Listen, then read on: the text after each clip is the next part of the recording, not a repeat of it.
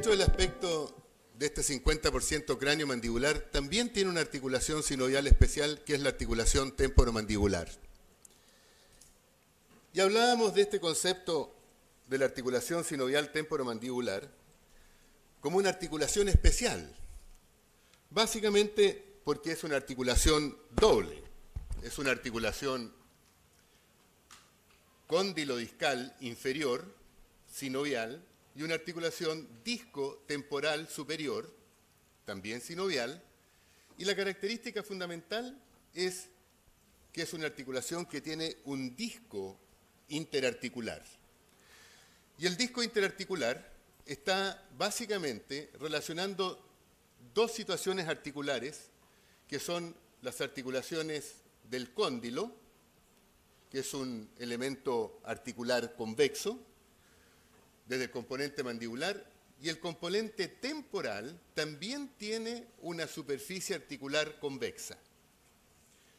Y bien sabemos que dentro de las articulaciones sinoviales solamente existen dos tipos de articulaciones, las estables y las inestables. Las estables son siempre el concepto convexo-cóncavo o cóncavo-convexo. Y las inestables, con desgaste, son siempre las articulaciones biconvexas. Cuando enfrentamos dos superficies convexas, se transforman en inestables y generalmente cuando deslizan estas articulaciones biconvexas, y especialmente en sentido opuesto, son articulaciones con desgaste, es decir, que tienen un proceso degenerativo progresivo. Por lo tanto, nuestra función es siempre mantener este concepto articular de una articulación que tiene que tener un disco articular para transformar esta articulación, que de acuerdo a sus superficies articulares son convexas, se transforma en una doble articulación sinovial, convexo-cóncava, infradiscal, y una articulación cóncava, convexa, supradiscal. Y eso hace que esta articulación sea tan especial, que son dos articulaciones sinoviales independientes, con funciones independientes y patologías independientes. En un corte sagital podemos ver cómo se relaciona entonces en una posición que se llama de máxima intercuspidación, en boca cerrada con dientes en contacto, un cóndilo de la mandíbula relacionado con la concavidad del disco y el disco relacionando su concavidad con la convexidad del temporal, con un borde posterior denso que se encuentra en la parte más superior del cóndilo, que determina lo que se llama la dimensión condilar vertical, es decir, qué tan cercano al cráneo puede encontrarse el cóndilo para ser estable sin provocar patología. En la parte posterior del cóndilo, un gran espacio funcional con la pared posterior de la fosa del temporal. En este componente, para mantener un espacio para un elemento que es ricamente vascularizado e inervado, que es un ligamento posterior, que es una zona bilaminar que relaciona el disco con el temporal y el disco con la pared posterior del cóndilo. Por lo tanto, hoy día nos vamos a centrar prácticamente en estas dos características fundamentales, la dimensión condilar vertical y el espacio funcional posterior para el ligamento posterior, que es ricamente vascularizado e inervado, con una característica que tiene una cercanía con el oído, por lo tanto produce una gran cantidad de patologías de síndromes ópticos.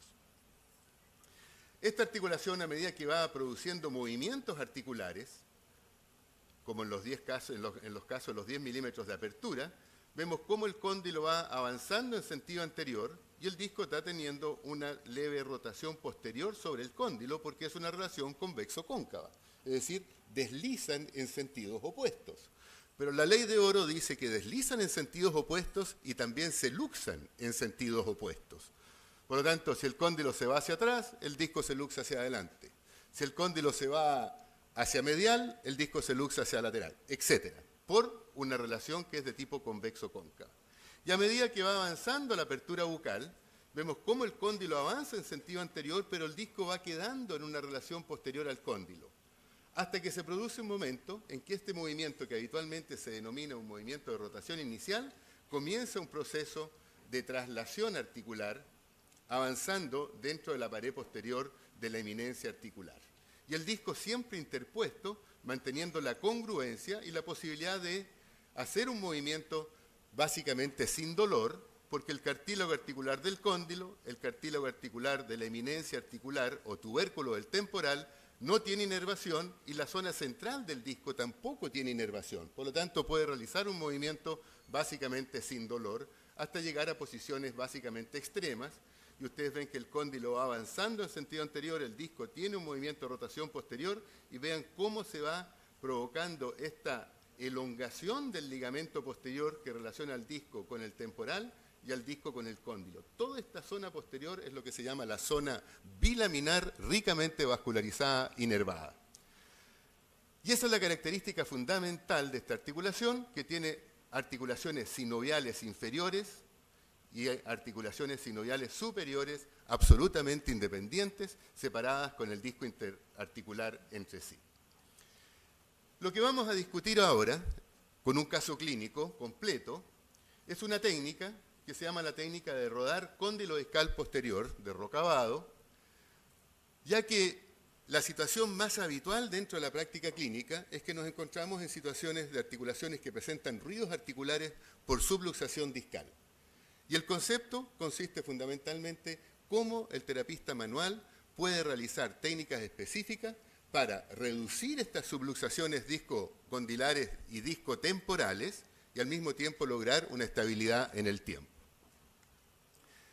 Como les decía, es una técnica que está basada en un principio biomecánico articular y neuromuscular, y su objetivo es asegurar una posición congruente de la superficie articular del cóndilo en el disco articular, permitiendo una movilidad simultánea del cóndilo y el disco hacia una posición de reducción del disco en la eminencia articular del temporal.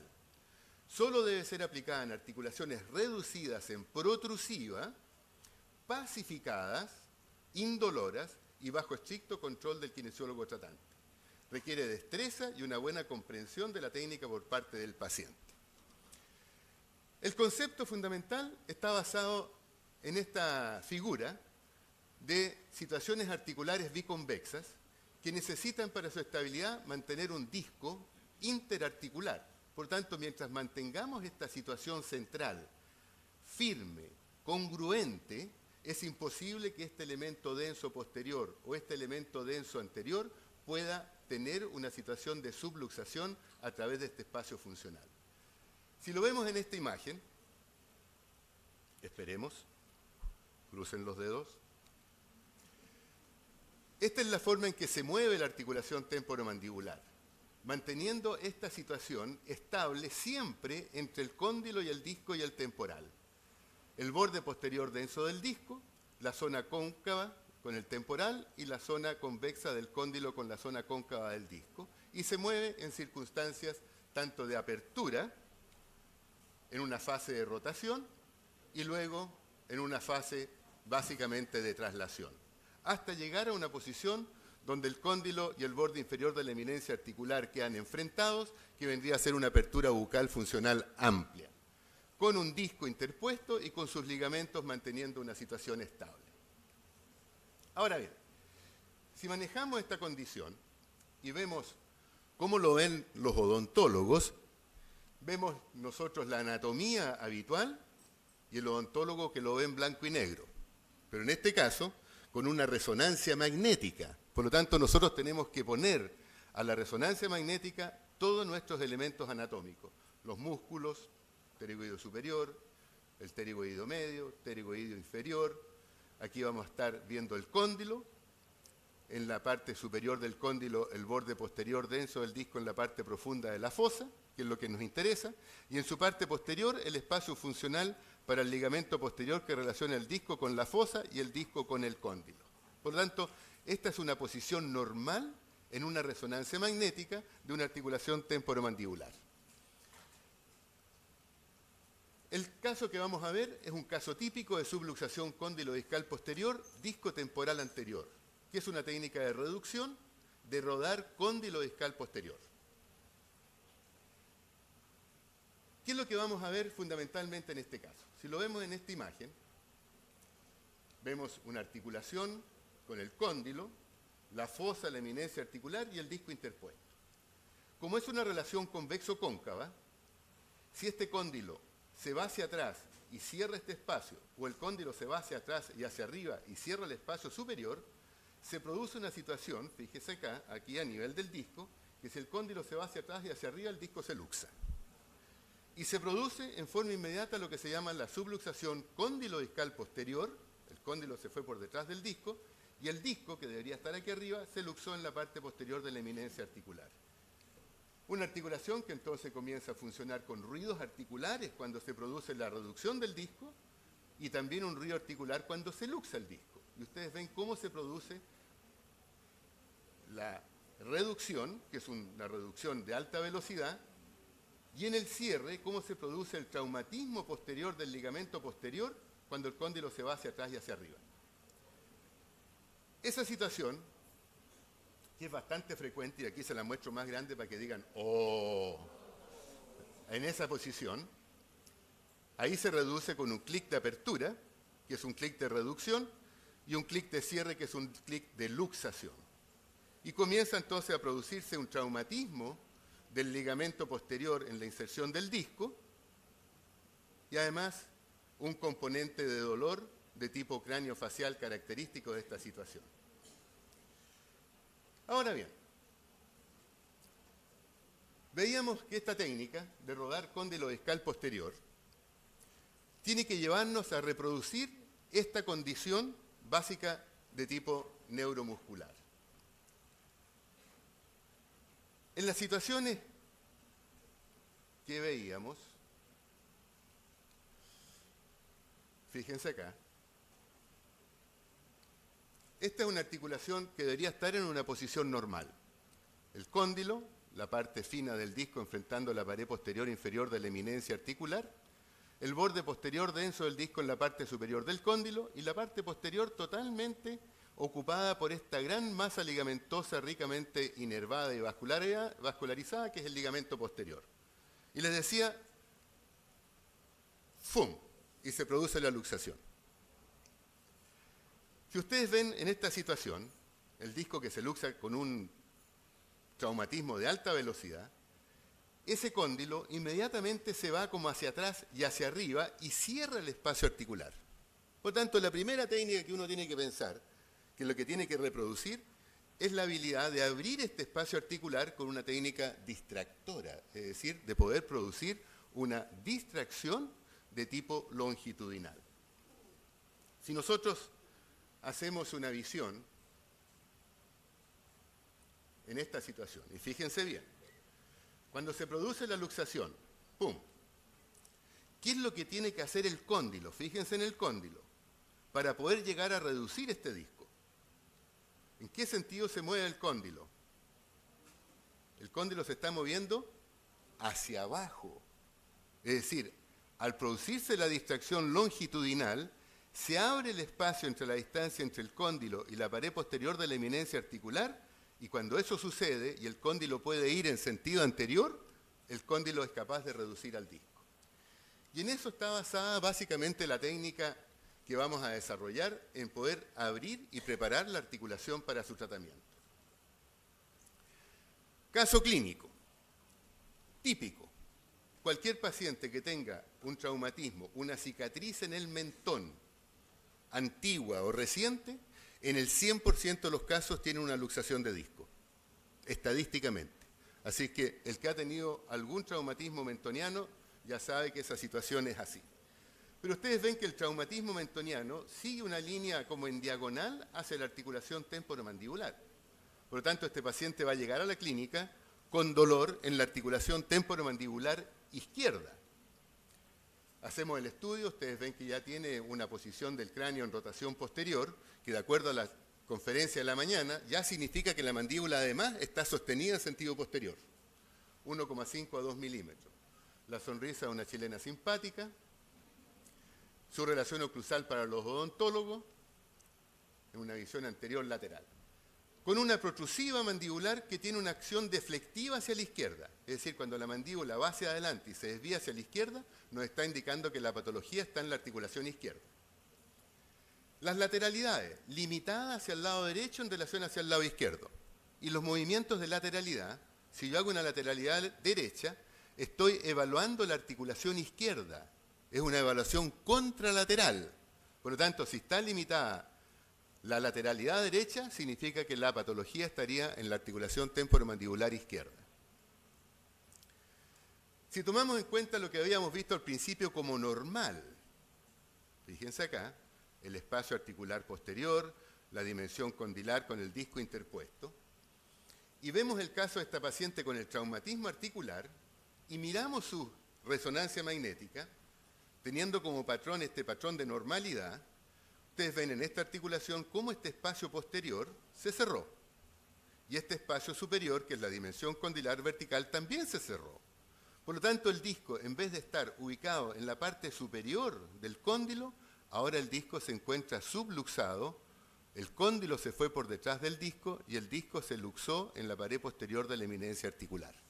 Y lo mismo está sucediendo en la articulación del lado contrario, donde vemos que estos espacios ya están comenzando a reducirse y el espacio superior está perdiendo dimensión condilar, por lo tanto aquí estamos comenzando con una subluxación grado 1 y esta vendría a ser una subluxación grado 2. Cuando trabajamos con resonancia magnética, nos interesa en forma especial el diagnóstico que nos pueda entregar el médico radiólogo. Y dentro de esta impresión diagnóstica dice discreta luxación anterior de ambos discos que son reducidos dinámicamente en forma más eficiente a derecha que a izquierda. Moderada luxación lateral de ambos discos, o sea, además no solamente está anterior, sino que además está luxado lateralmente, que también es reducida en apertura máxima bucal y en lateralización contralateral. Esto es fundamental, que el radiólogo nos pueda dar una manito con respecto en qué dirección movernos para poder producir una acción terapéutica. Cuando hacemos el examen tridimensional, que ya lo vimos, podemos agregar algunos conceptos de terapia manual, como en el caso de sentir la sensación final articular o el concepto del end feel, que puede ser duro o gomoso por tejido blando. Entonces, cuando hacemos esta técnica de apertura levemente forzada y vemos que aumenta en un rango articular de 2 a 3 milímetros, nos dice que es más bien un problema de tejido blando que de tejido duro. Si tiene problemas dolorosos, podemos utilizar elementos de electroterapia. Generalmente, el elemento más común que utilizamos es el láser o el ultrasonido. Pero la idea es que si nosotros vemos, y ustedes ven estas nuevas técnicas de imágenes, esta es una imagen radiográfica, pero en este momento los elementos de radiografía o de imágenes nos entregan una reproducción del sistema anatómico. Y vemos que este espacio articular de la fosa del temporal ha sufrido un movimiento posterior superior, cerrando el espacio y provocando la subluxación. Y tenemos que llegar a abrir ese espacio en sentido longitudinal. Para lo cual, la primera intención de trabajo es lo que se llama la distracción longitudinal, que nos permite estabilizar el cráneo, ubicar nuestro dedo en la parte a nivel molar y con el resto de la mano a nivel mandibular, y estamos provocando un efecto de descenso del cóndilo con un pequeño movimiento anterior para producir este espacio articular que es necesario para la reubicación del disco. Entonces, dentro de este esquema, lo primero es preparar las articulaciones para el tratamiento, es decir, preparar su tejido conectivo, las cápsulas, los ligamentos, los espacios articulares. Y comenzamos a hacer movilizaciones no solamente en sentido longitudinal, sino que también tenemos que hacer las movilizaciones mandibulares laterales, tomando la mandíbula y haciendo desplazamientos laterales del cóndilo para producir una distracción medial. Y posteriormente vamos a hacer una movilización de tipo temporal, estabilizando la mandíbula lateralmente, tomando el cráneo y movilizando el temporal en el cóndilo de la mandíbula. Es decir, hacemos una movilización mandibular cóndilo-discal y hacemos una movilización temporodiscal para movilizar los dos compartimentos sinoviales de la articulación temporomandibular. Una vez que hemos enseñado la parte de distracción longitudinal, también le enseñamos al paciente a hacer su propia autodistracción, de tal manera que durante el día ella pueda mantener la flexibilidad de la cápsula, con un cóndilo levemente distraído para abrir el espacio articular. Y no nos olvidamos de la recomendación del radiólogo, que nos dice que la articulación se reduce en lateralidad hacia el lado contrario. Por lo tanto, comenzamos a trabajar en las lateralidades mandibulares, manteniendo estas cápsulas flexibles de la articulación que permiten que el disco vaya adoptando una posición más concéntrica dentro del espacio articular. Esto lo vemos tanto en los cortes anatómicos como en los cortes de resonancia magnética, que nos permiten ver cómo se abre el espacio articular después de haber realizado las técnicas de distracción longitudinal. Cuando comenzamos a hacer este estudio, una de las cosas fundamentales era que necesitábamos encontrar un mecanismo de estabilización articular una vez que hacíamos nuestras técnicas de movilización. Como en el caso de ella, la articulación temporomandibular con problemas en la articulación temporomandibular izquierda, comenzamos a trabajar la lateralidad hacia la derecha, pero con un movimiento de rotación excéntrico que se llama de relación canino-canino derecho, que permite que el cóndilo en lateralidad hacia la derecha reduzca el disco, y cuando queda en la posición canino-canino, tenemos que buscar la forma de poder estabilizar esa articulación lateralmente, con un músculo que atraviesa la articulación lateralmente, y estabilizar la articulación medialmente. Y para hacer esta estabilización de tipo neuromuscular, utilizamos cualquier músculo que atraviese esa articulación, como principio biomecánico básico de estabilización articular. En la parte lateral encontramos el músculo massétero profundo, que es un músculo, aquí está el músculo massétero superficial, que ha sido desinsertado de su ángulo de la mandíbula, aparece el músculo massétero profundo que atraviesa lateralmente la articulación temporomandibular. Y en la parte medial ubicamos fundamentalmente el músculo pterigoideo lateral, que es un músculo medial a la articulación y que tiene una relación medial con el disco y con el cóndilo. Entonces hacemos básicamente una técnica que nos permita ir estabilizando la articulación bajo el punto de vista neuromuscular. Hacemos la técnica canino-canino en el lado derecho para la articulación izquierda, y cuando queda en la posición canino-canino, hacemos una resistencia en el lado derecho isométrica para activar al pterigoideo lateral izquierdo y una resistencia isométrica en el lado izquierdo para activar al massétero profundo del lado izquierdo, que estabiliza la articulación lateralmente. Por lo tanto, estamos haciendo una estabilización lateral y una estabilización medial de la articulación. Aprovechando entonces este mecanismo que ya lo habíamos visto en la parte neuromuscular, utilizando el músculo pterigoideo y el músculo massétero superficial. Y aquí tenemos al paciente haciendo su estabilización, la llevamos a la posición canino-canino, mantenemos nuestro dedo en el canino de tal manera que el paciente tenga una línea de acción resistiendo en el lado derecho, en forma sostenida, 6 segundos, y luego nos vamos hacia el lado contrario, la llevamos a la posición canino-canino, abrir y cerrar,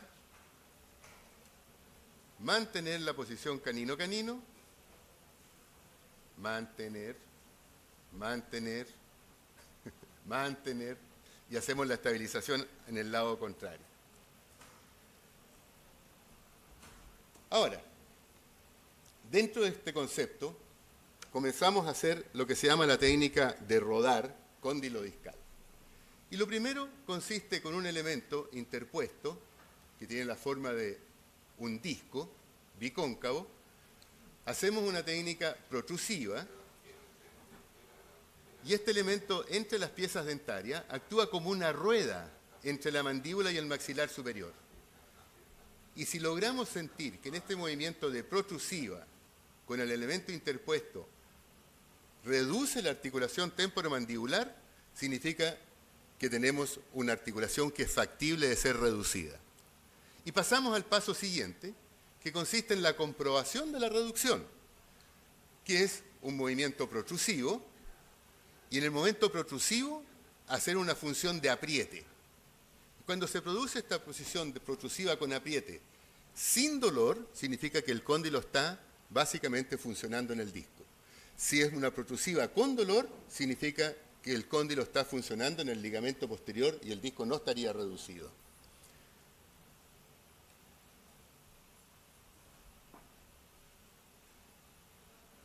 Y aquí estamos haciendo nuevamente, después de esa técnica protrusiva con apriete, volvemos a estabilizar la articulación lateralmente, abriendo y cerrando en apertura en rotación con estabilización del pterigoideo lateral izquierdo. Ya me asusté ya. Al lado derecho y al lado izquierdo. Una vez que hemos logrado esa situación, enseñamos al paciente a hacer un movimiento de rotación pura condilar, sin traslación, sabiendo que el disco ya está sobre el cóndilo y con una leve resistencia a la apertura para activar a los inframandibulares y producir por inervación recíproca una relajación de los músculos cráneo-mandibulares elevadores. Continuamos con el proceso de distracción para asegurarnos que la articulación tiene espacio suficiente para la reducción del disco y mantener una cápsula flexible que permita la distracción y la reducción en protrusiva. Trabajamos nuevamente con el elemento helicoidal, protrusiva, protrusiva con apriete y comenzamos a hacer un movimiento ahora de retrusiva, protrusiva, apriete y retrusiva, de tal manera que en ese momento de apriete, cuando el cóndilo tiene al disco preso con la eminencia articular, comenzamos a producir la reducción del cóndilo con el disco, pero en la pared posterior de la eminencia articular. Y es un movimiento protrusiva con apriete y protrusiva con apriete con retrusiva. En ese momento de la retrusiva, el cóndilo está arrastrando al disco hacia atrás y por eso se llama la técnica cóndilo discal de rodar posteriormente dentro de la articulación.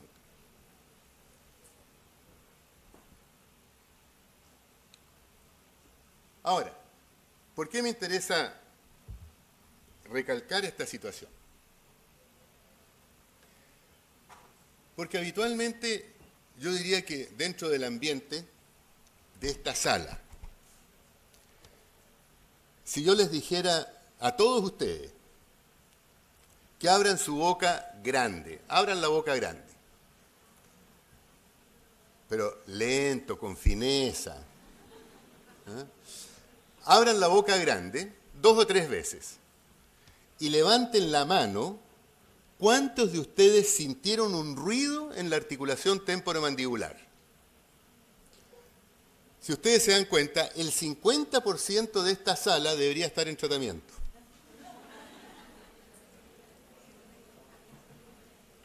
Ahora, fíjense bien. Pongan ahora sus pulgares en el borde inferior del ángulo de la mandíbula. Y presionen hacia el cráneo. Y manteniendo esa presión, abran la boca grande. 2 veces nomás. Ahora, ¿cuántos de ustedes, después de haber puesto la articulación en sobrecarga, tienen ahora un ruido articular? Levanten la mano. Y se van a dar cuenta que el número se mantiene. Pero ahora, ¿cuántos de ustedes sintieron dolor al hacer esta situación? Levanten la mano. Quédense ahí, quédense ahí. Quédense con la mano arriba.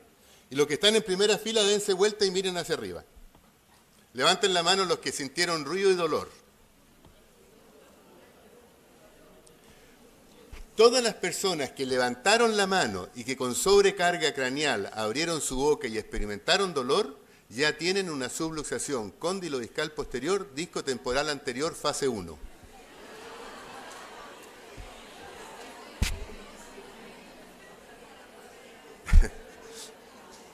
Cuando termine la conferencia voy a pasar tarjeta. No, pero se dan cuenta de la tremenda población habitual que anda en la calle con una patología articular no identificada y no diagnosticada. ¿Cuántos de ustedes que levantaron la mano alguna vez se les hizo el diagnóstico de patología de articulación temporomandibular? Levanten la mano. 3. 3 de 200. Eso es una cosa que ustedes tienen que considerar dentro de esta patología. Esta es una patología sumamente frecuente dentro del ámbito odontológico. ¿Y saben ustedes cuál es la pregunta que me hacen habitualmente en los congresos de odontología o en los cursos que dictamos para los dentistas? ¿Dónde encuentro un fisioterapista que pueda trabajar para hacer el tratamiento de la articulación temporomandibular? Este es el campo que está abierto para los fisioterapistas y es un campo de especialización. Entonces, si lo vemos de esta manera, ustedes tienen que buscar dónde van a canalizar sus intereses, porque la terapia manual es muy amplia. Sirve para un tobillo, para una rodilla, para un hombro, sirve para todas las articulaciones sinoviales y esta es una articulación sinovial más compleja porque son una cóndilo discal y otra disco temporal derecha y una cóndilo discal y disco temporal izquierda. Por lo tanto, no puedo tener patología en una articulación sin tener ya el inicio de una patología en la articulación contraria.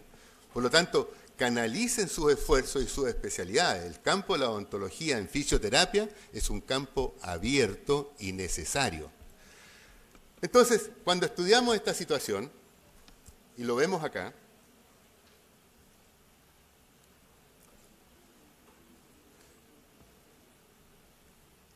para lograr que este disco que estaba subluxado tenga un espacio articular, tiene que ser preparada la articulación desde el punto de vista capsular como desde el punto de vista ligamentoso.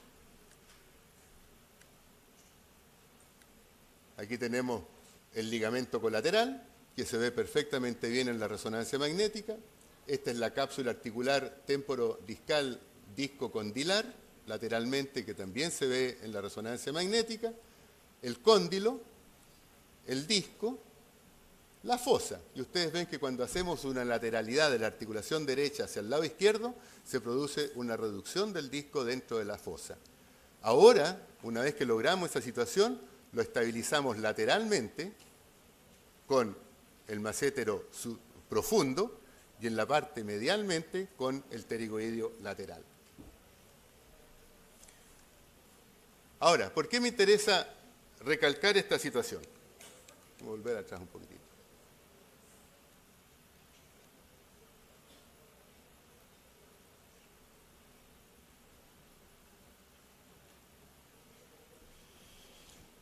Esta era la situación articular inicial del paciente. Trabajamos, hicimos todo el proceso para asegurarnos que la articulación estaba reducida en protrusiva y apriete, sin dolor. Ya sé que estoy en el disco. Y luego comienzo a hacer una retrusiva hasta el borde a borde para empezar a movilizar el cóndilo con el disco en la parte posterior. Lo que el paciente está realizando a nivel incisal es lo mismo que está sucediendo dentro de la articulación temporomandibular. Por lo tanto, es un mecanismo kinésico, protrusiva, apriete, estamos en el disco sin dolor y luego comenzamos a rodar el disco hacia atrás, hacia la posición de normalización en el hueso temporal. Ahora, ¿por qué les hago hincapié en esta situación? Porque es muy fácil reducir el cóndilo en el disco. O sea, no es fácil, pero me refiero es menos laborioso. Lo que es difícil es reducir el disco en el temporal. ¿Cómo traer un disco que está abajo en la eminencia articular, subirlo hacia arriba cuando no tenemos ningún acceso? El único acceso es con el cóndilo de la mandíbula. Entonces, en nuestra visión inicial, teníamos el espacio articular disminuido con pérdida de dimensión vertical, discos subluxados en la pared posterior de la eminencia articular, con un grado 1 y un grado 2. Hicimos nuestro tratamiento en protrusiva y en lateralidad. Utilizamos los músculos para poder hacer la estabilización. Una vez que logramos la estabilidad, llevamos al paciente a una posición que nos permita saber si el disco está reducido o no. Y ustedes ven cómo la mandíbula va en línea media hacia adelante, lo que quiere decir que las dos articulaciones se reducen en protrusiva. Y ahí tenemos una apertura bucal sin limitación en línea media.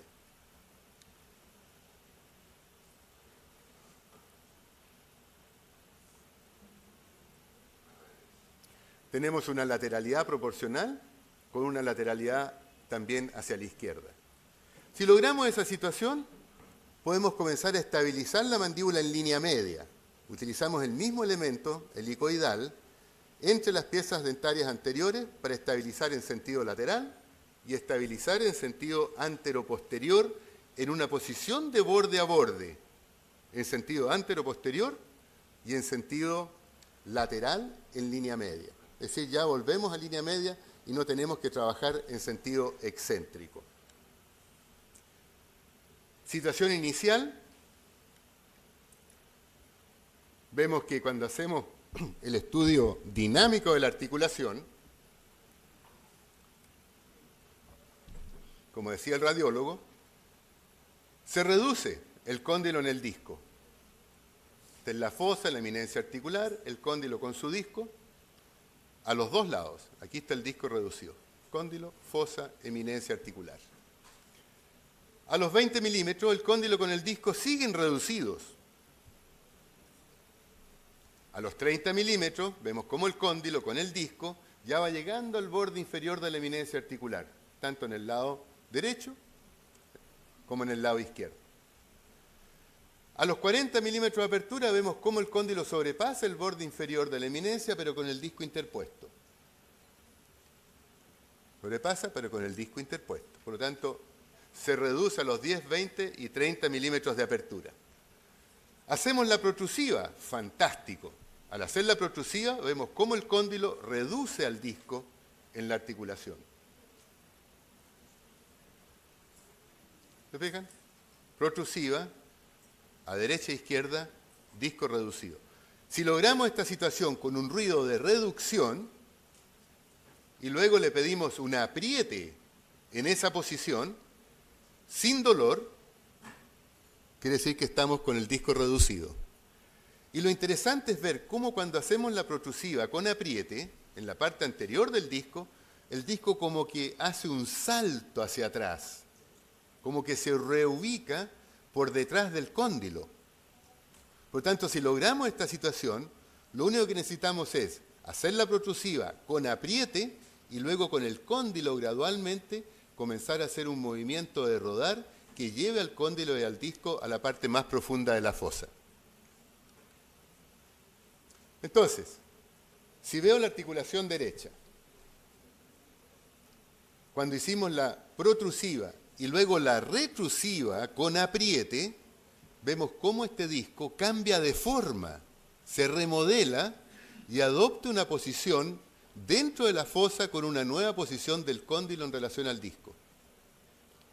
El espacio posterior, que estaba disminuido, ahora el espacio posterior está abierto y permite que el ligamento posterior mantenga un espacio suficiente para no ser irritado durante los movimientos de apertura y cierre mandibular, con una dimensión condilar vertical nueva. Este espacio aumentó y este espacio aumentó. En la articulación izquierda, con el disco luxado, a este nivel, con el cóndilo ocupando el espacio posterior y superior, cuando hicimos la protrusiva, logramos reducir al disco. Entonces hicimos protrusiva, y luego la protrusiva con apriete y la retrusiva en resonancia magnética, y vemos cómo el cóndilo va nuevamente llevando el disco hacia atrás en la fosa para permitir una nueva dimensión vertical y un nuevo espacio posterior para el ligamento posterior. Una vez más, nos damos cuenta la importancia que tiene la terapia manual en preparar las articulaciones para el tratamiento y lograr tratamientos efectivos.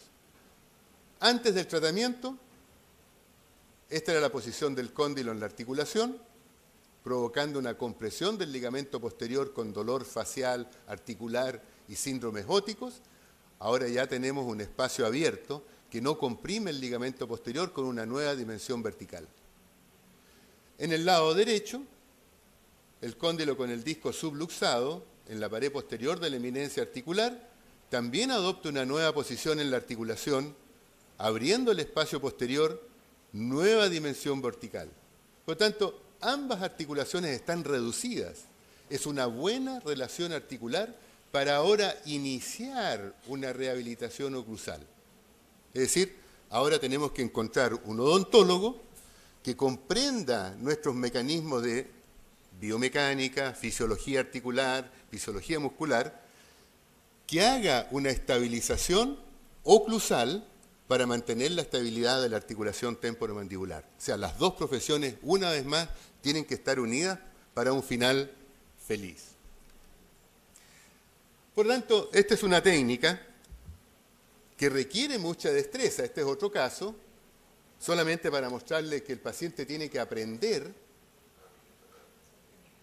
a controlar los movimientos mandibulares una vez que está reducido, de acuerdo a una reeducación lingual, y luego tenemos que comenzar las técnicas reductivas, protrusiva, protrusiva con apriete, retrusiva al borde-borde, liberar, protrusiva, apriete, retrusiva sin dolor. Y lo que está sucediendo a este nivel es lo que está sucediendo a la articulación temporomandibular.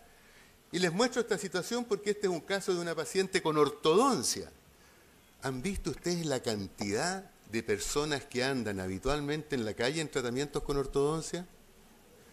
Si tuviéramos este auditorium de pacientes de ortodoncia y yo les hiciera levantar la mano cuántos de los pacientes que están en ortodoncia tienen ruidos articulares, el porcentaje sería prácticamente igual. Por tanto, esa cantidad de pacientes necesita que esas articulaciones sean estabilizadas. Eso mismo lo podemos hacer en los movimientos de lateralidad.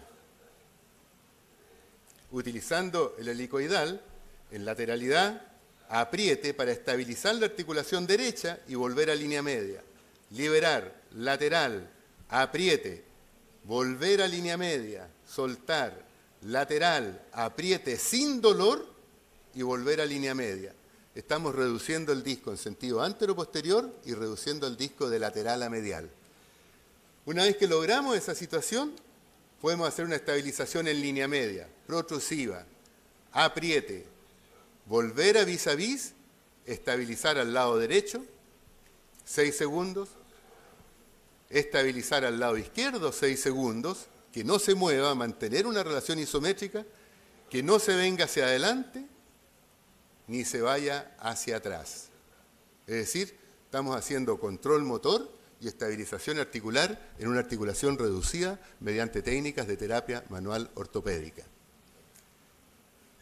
Esta es una situación que la hacemos con este elemento que es un activador craniomandibular helicoidal que nos permite asegurar una posición estable de la mandíbula en relación al cráneo. Muchas gracias, colegas.